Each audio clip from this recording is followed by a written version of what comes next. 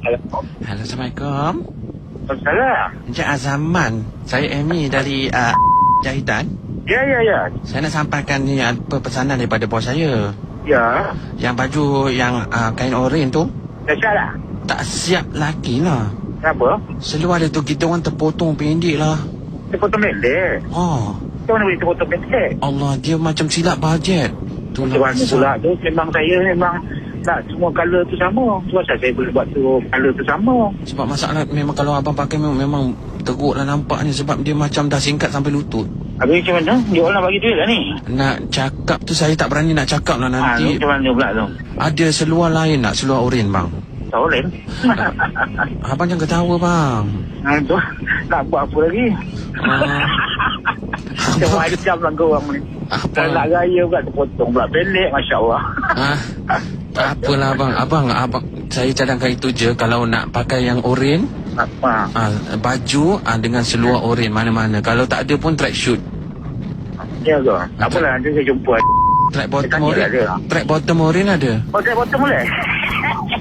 Orang ni jadi nak meraya pula pakai kena baju tak bottom pula, pandai lah korang. Tak, saya just sebab apa tahu track bottom oren?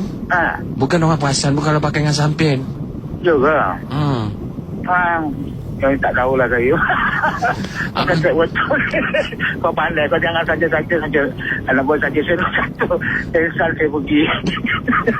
Tak ada bang, tak ada. Sekarang ni korang jangan setan. Korang nak terpotong. tak, sekarang ni zaman serba moden, orang dah tak kisah dah. Fashion sekarang ni campur-campur.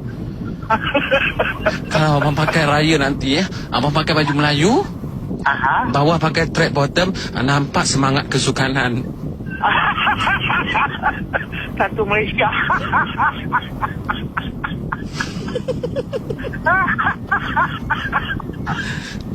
Hilang akal. Waktu Melayu setiap tahun nanti dia punya sesuatu kacang memasak. Dia bottom nak kau pakai. Kenapa?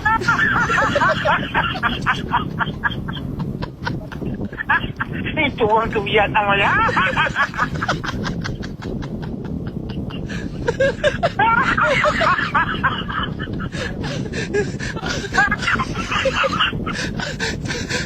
Kenapa abang?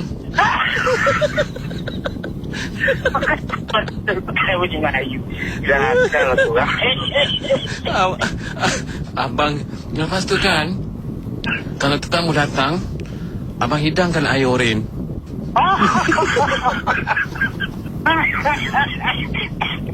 Saya kau hari saya macam-macam orang pandai.